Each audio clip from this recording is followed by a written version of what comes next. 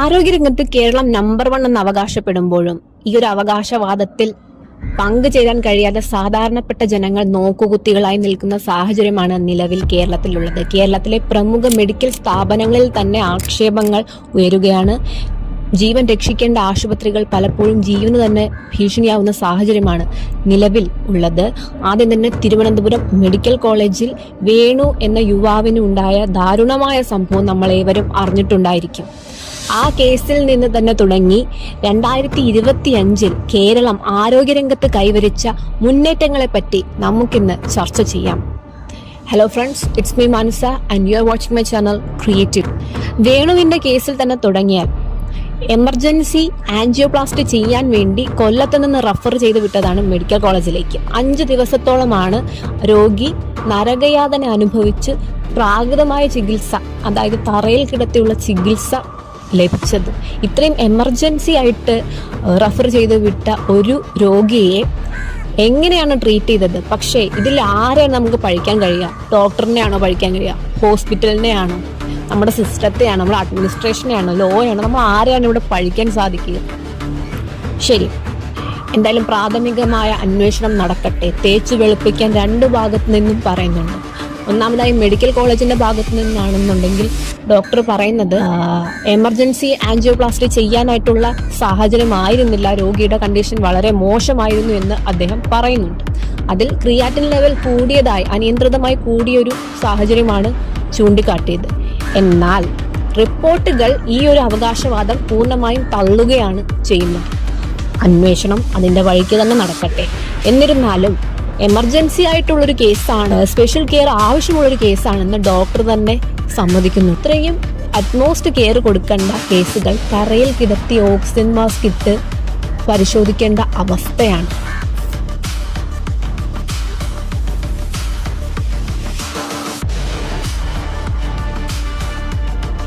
കേസിന്റെ വഴിക്ക് പോകും എന്ന് ഞാൻ പറയുമ്പോൾ തീർക്കാനുള്ള ഒരുപാട് കേസുകൾ അട്ടിയടുക്കി കിടക്കുകയാണ്. ആ ഒരു പട്ടികയിലേക്ക് ഈ ഒരു കേസ് കൂടെ ചേർക്കപ്പെടുന്നു.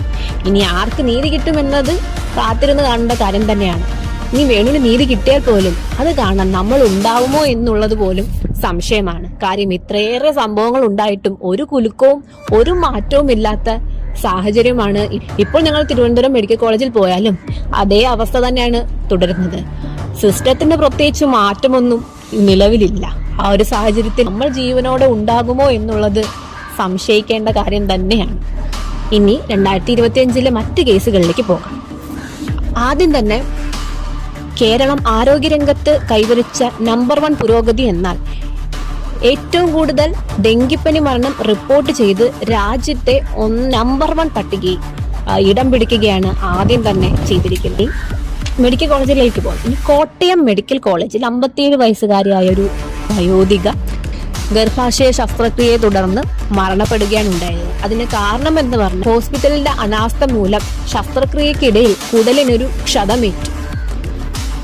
അതിൽ ഇൻഫെക്ഷൻ ഉണ്ടാവുകയും അങ്ങനെയാണ് യുവതി മരണമടഞ്ഞ സാഹചര്യം ഉണ്ടായത്. എന്താ അല്ലേ, ഞാൻ ആദ്യം തന്നെ പറഞ്ഞിരുന്നു, ജീവൻ രക്ഷിക്കേണ്ട ആശുപത്രികൾ ജീവന് തന്നെ ഭീഷണിയായി മാറുന്ന സാഹചര്യത്തിൽ ആ ഒരു വാദത്തെ അനുകൂലിച്ചുകൊണ്ട് തന്നെ അടുത്തൊരു സംഭവം കൂടി ഞാൻ പറയാം. ബിന്ദു എന്ന യുവതിയെ നിങ്ങൾ മറന്നിട്ടുണ്ടായിരിക്കില്ല. കാരണം കോട്ടയം മെഡിക്കൽ കോളേജിലെ കെട്ടിടം ഇടിഞ്ഞു വീണ് മരണമടഞ്ഞ തൻ്റെ മകളുടെ ശസ്ത്രക്രിയയ്ക്ക് വേണ്ടി എത്തിയ യുവതിയാണ്. 2 മക്കളുടെ അമ്മയാണ് ബിന്ദു. കോട്ടയം മെഡിക്കൽ കോളേജിന്റെ കെട്ടിടം ഇടിഞ്ഞാണ് യുവതി മരണപ്പെട്ടത്. ഈ നേരെ തിരുവനന്തപുരത്തേക്ക് പറയാം. തിരുവനന്തപുരം മെഡിക്കൽ കോളേജിൽ പരിശോധനയ്ക്ക് അയച്ച 17 സാമ്പിളുകൾ കാണാതായത് അറിഞ്ഞിട്ടുണ്ടായിരിക്കുമല്ലോ അല്ലേ? ആക്രിക്കാരൻ മോഷ്ടിച്ചു എന്നായിരുന്നു ആരോപണം. ജീവനക്കാരുടെ അനാസ്ഥ മൂലം അലക്ഷ്യമായത് ഇട്ടതുകൊണ്ട് ആക്രിക്കാരൻ എന്ന പാഴ്വസ്തു എന്ന് തെറ്റിദ്ധരിച്ചാണ് സാമ്പിളുകൾ കൈക്കലാക്കി കൊണ്ടുപോയത്. തിരുവനന്തപുരം SIT വാർഡിനെ പറ്റി പിന്നെ പറയേണ്ടതില്ലല്ലോ. ഈ കഴിഞ്ഞ മാസങ്ങളിൽ തന്നെയാണ് വൈദ്യുതി വിച്ഛേദിക്കപ്പെടുകയും ജനങ്ങൾ സമരത്തിൽ ഇറങ്ങുകയും ചെയ്തത്. ശുദ്ധജല പ്ലാന്റുകളുടെ തകരാറ്, മരുന്ന് ക്ഷാമം, ഉപകരണങ്ങളുടെ കേടുപാടുകൾ, അങ്ങനെ തുടങ്ങി പറയുകയാണെങ്കിൽ ഒരുപാടുണ്ട്. ശസ്ത്രക്രിയ നടത്തുന്നതിനിടെ കത്രിക മറന്നു വെച്ച് തുന്നിക്കെട്ടിയ ഒരു കേസ് ഉണ്ടായിരുന്നു. അത് പിന്നെ 5-6 വർഷം മുന്നേ നടന്ന കേസാണ്. പക്ഷെ ഇപ്പോഴും നിലവിൽ അതേ സ്ഥിതി തന്നെ. ഈ കഴിഞ്ഞ ഇടയ്ക്കാണ് തിരുവനന്തപുരം ജനറൽ ആശുപത്രിയിൽ തൈറോയിഡിന്റെ ശസ്ത്രക്രിയ ചെയ്ത യുവതിയുടെ ബോഡിയിൽ ഗൈഡ് വയർ വെച്ച് മറന്നുപോയത്. എന്തല്ലേ അവസ്ഥ. അപ്പോഴും ഇപ്പോഴും ഒക്കെ ഒരേ കാര്യങ്ങൾ തന്നെ ആവർത്തിക്കപ്പെടുന്നു. ഇത് നിങ്ങൾ ആശ്ചര്യപ്പെടുന്നുണ്ടായിരിക്കും. ഇത്രയുമൊക്കെ ചികിത്സയിലുണ്ടാകുന്ന അനാസ്ഥകളും കാര്യങ്ങളും ഒക്കെ റിപ്പോർട്ട് ചെയ്തിട്ടും എന്തുകൊണ്ട് ഒരു ക്രിമിനൽ പണിഷ്മെന്റിലേക്ക് പോകുന്നില്ല? എന്തുകൊണ്ട് കുറ്റവാളികൾക്കോ ഡോക്ടറോ ഒന്നും ശിക്ഷിക്കപ്പെടുന്നതായിട്ട് നിങ്ങൾ കാണുന്നില്ല? അതിന്റെ കാരണം ഞാൻ പറയാം. മെഡിക്കൽ നെഗ്ലിജൻസ്, അതായത് ഇത് ചികിത്സാ പിഴവ്.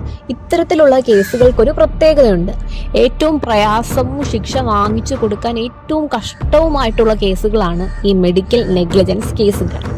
അതുകൊണ്ട് തന്നെ കേരളത്തിൽ വളരെ ചുരുക്കം കേസുകൾ മാത്രമേ ക്രിമിനൽ പണിഷ്മെന്റിന്റെ അണ്ടറിലേക്ക് പോയിട്ടുള്ളൂ.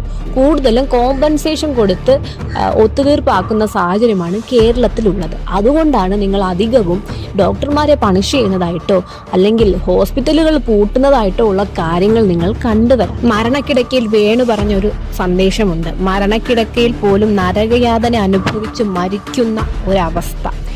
ഇതേ സമാനമായ ഒരു അവസ്ഥയിലൂടെ കടന്നുപോയ നിരവധി രോഗികൾക്കാണ് ഉള്ളത്. അതിൽ ഒരു കേസും കൂടി ഞാൻ പറയാൻ ആഗ്രഹിക്കുകയാണ്.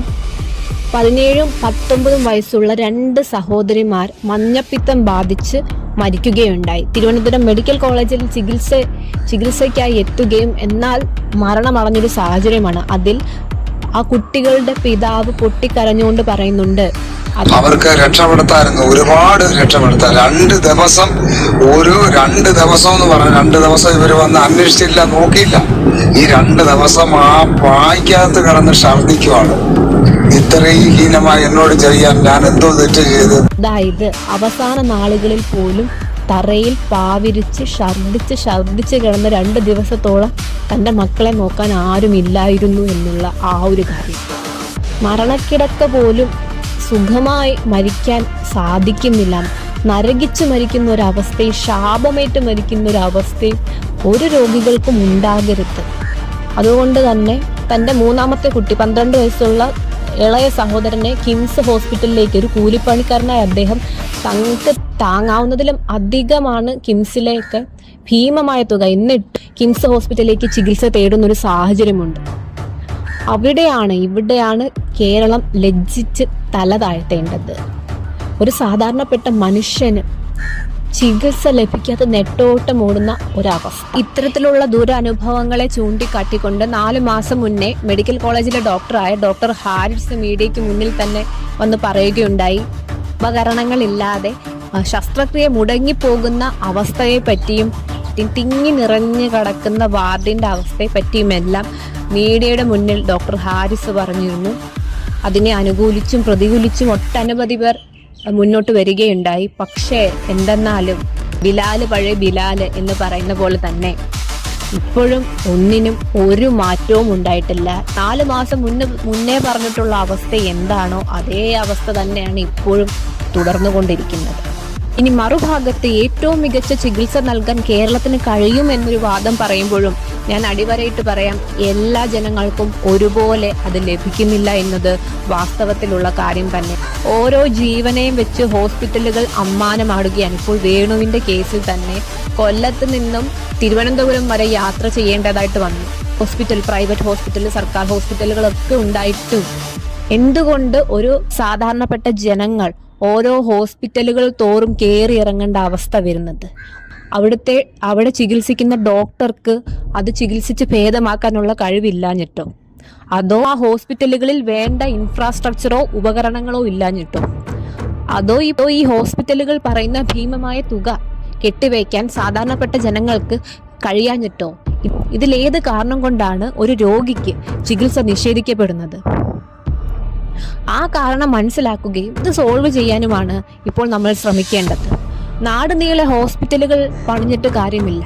ആ ഹോസ്പിറ്റലുകളിൽ രോഗികൾക്ക് വേണ്ട ചികിത്സ നൽകാൻ കഴിയുന്നുണ്ടോ ഇല്ലയോ എന്നതിലാണ് കാര്യം. നമ്പർ വൺ എന്ന് വാക്കുകളിൽ മാത്രം പ്രതിഫലിക്കാതെ യാഥാർത്ഥ്യവും അതിന് പിന്തുണയേകണം. മെഡിക്കൽ രംഗത്ത് കേരളം കൈവരിച്ചിട്ടുള്ള നേട്ടങ്ങളെ അധിക്ഷേപിക്കുക, തള്ളിക്കളയുക എന്നതല്ല ഞാൻ ഈ വീഡിയോ കൊണ്ട് ഉദ്ദേശിക്കുന്നത്. ഇപ്പോഴും സാധാരണപ്പെട്ട ജനങ്ങൾ അടിസ്ഥാന സൗകര്യങ്ങൾ പോലും ഹോസ്പിറ്റലുകളിൽ ഇല്ലാത്ത അവസ്ഥയിൽ വളരെ പരിതാപകരമായി തുടരുന്നൊരവസ്ഥയുണ്ട്. ഓരോ ഹോസ്പിറ്റലുകളും അടിസ്ഥാന സൗകര്യങ്ങളോ ചികിത്സയോ കിട്ടാത്ത പക്ഷം എങ്ങനെ നമ്പർ 1 എന്ന് അവകാശപ്പെടാൻ സാധിക്കും? സാധാരണപ്പെട്ട ജനങ്ങൾക്കും അത് ആസ്വദിക്കാൻ കഴിയണ്ടേ? എങ്കിൽ മാത്രമല്ലേ നമ്പർ 1 എന്ന് മുദ്ര കുത്തുന്നതിൽ അർത്ഥമുണ്ടാവുള്ളൂ. ഈ ഒരു കേസ് കുറച്ച് നാൾ കഴിയുമ്പോഴത്തേക്ക് എല്ലാവരും മറക്കും. പിന്നെ അടുത്ത പ്രശ്നമായിട്ട് വരും. അപ്പോഴും പ്രക്ഷോഭങ്ങൾ ഉയരും. പക്ഷേ മാറ്റം മാത്രം ഇവിടെ സംഭവിക്കുന്നില്ല. ശരിക്കും മാറ്റമാണ് വേണ്ടത്. അതിനുവേണ്ടി നമുക്ക് പ്രയത്നിക്കാം, പോരാടാം, ശബ്ദമുയർത്താം. This is me Manasa signing off. ഒരു വിഷയമായി അടുത്ത വീഡിയോയിലേക്ക് കാണാം.